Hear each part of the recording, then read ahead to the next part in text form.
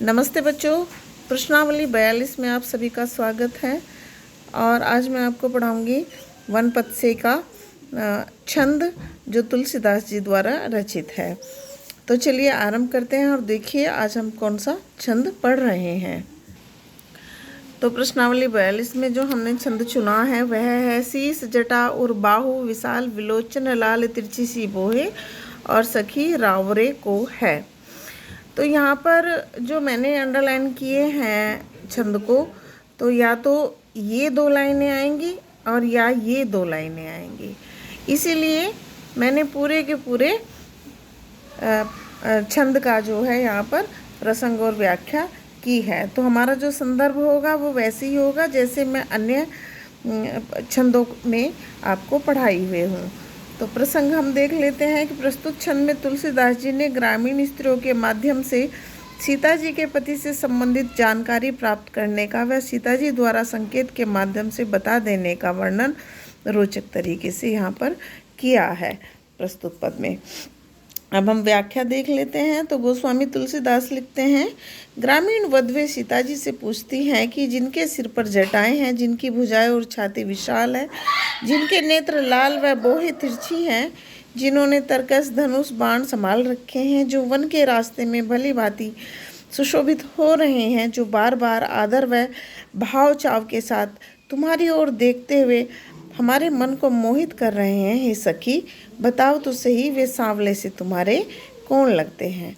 यदि साधारण शब्दों में मैं आपसे कहूँ तो यहाँ पर जो गांव की स्त्रियां हैं वह सीता जी से श्री राम जी के विषय में पूछ रही हैं। यहाँ पर उन्होंने भगवान श्री राम के जो है बाहरी स्वरूप को भी इंडिकेट किया है कि छाती विशाल है, भुजाएं लंबी हैं, जटाएं सिर पर हैं और धनुष बाण जिन्होंने धारण कर रखा है। तो हम इनके विषय में आपसे पूछ रहे हैं कि बताओ तो सही आपके ये कौन लगते हैं। तो इस प्रकार हमारे इस पूरे पद का जो है ये व्याख्या हो गई है। प्रसंग आपने देख लिया, संदर्भ वही होगा, अभी बदला नहीं है। बदलते ही मैं आपको इंडिकेट कर देती हूँ कि आज हमारा संदर्भ बदल रहा है। अब हम इस पूरी की पूरी व्याख्या का साहित्यिक और काव्यगत सौंदर्य भी देख लेते हैं।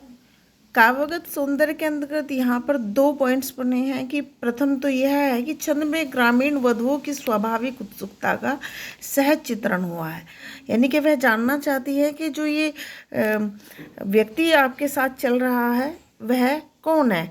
वह कुछ कुछ तो जान रही है, लेकिन वह सीता जी से बिल्कुल कंफर्म करना चाहती हैं कि बताएं कि यह कौन है। दूसरे पॉइंट में ग्रामीण वधुओं द्वारा सीता जी से प्रश्न पूछना में नारी प्रकृति का सजीव अंकन हुआ है।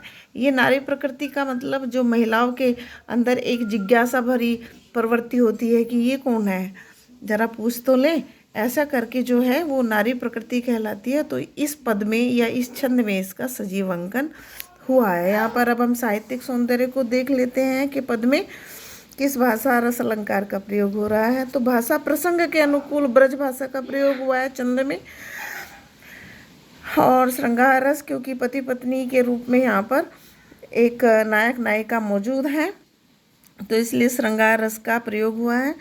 और छंद में अनुप्रास अलंकार है, गुण के रूप में यहाँ पर प्रसाद व माधुर्य का प्रयोग हुआ है, और हमारा जो छंद है वह समैया है। तो इस प्रकार आज का संपूर्ण जो पद्यांश है उसकी व्याख्या संपूर्ण हो गई है। बच्चों, यदि आपको मेरी वीडियो पसंद आए तो इसे लाइक करें, शेयर करें और कमेंट्स ज़रूर करें, और ज़्यादा से ज़्यादा बच्चों को इसे भेजें और चैनल को सब्सक्राइब करवाएं ताकि ज़्यादा से ज़्यादा बच्चे इसका लाभ उठा सकें। तो कल नए छंद के साथ मैं आपसे मिलूँगी, और इस सीरीज का ये तुलसीदास जी का अंतिम छंद होगा। तो कल मिलते हैं। धन्यवाद।